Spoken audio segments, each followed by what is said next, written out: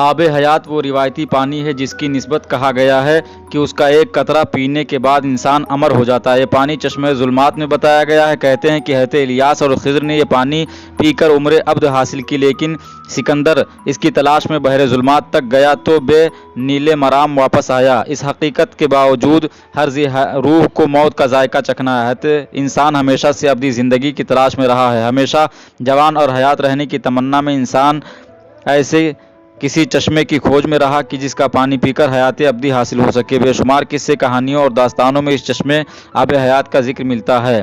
واضح رہے، اسلامی عقیدے کے مطابق حضرت عیسیٰ بغیر صلیب چڑھے آسمان پر اللہ کے اذن سے اٹھائے گئے آب حیات کا تصور حضرت خضر کے حوالے سے معروف ہوا ہے۔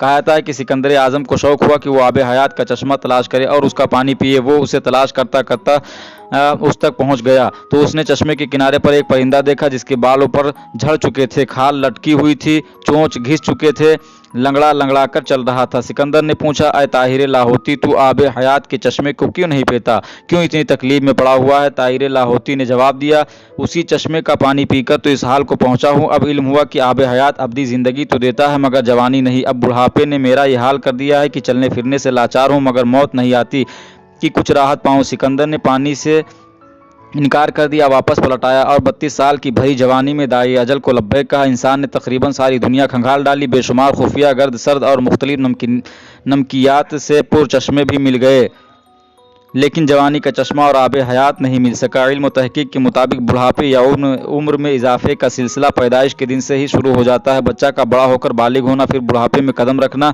جس کے بعد اضافہ عمر کے سبب انسان کی کارکردگی گھٹنے لگتی ہے جو بالآخر موت پر ختم ہو جاتی ہے۔ بہرکیف بحیثیت مسلمان ہمارا عقیدہ ہے اور قرآن مجید کہتا ہے کہ ہر ذی روح کو موت کا ذائقہ چکھنا ہے۔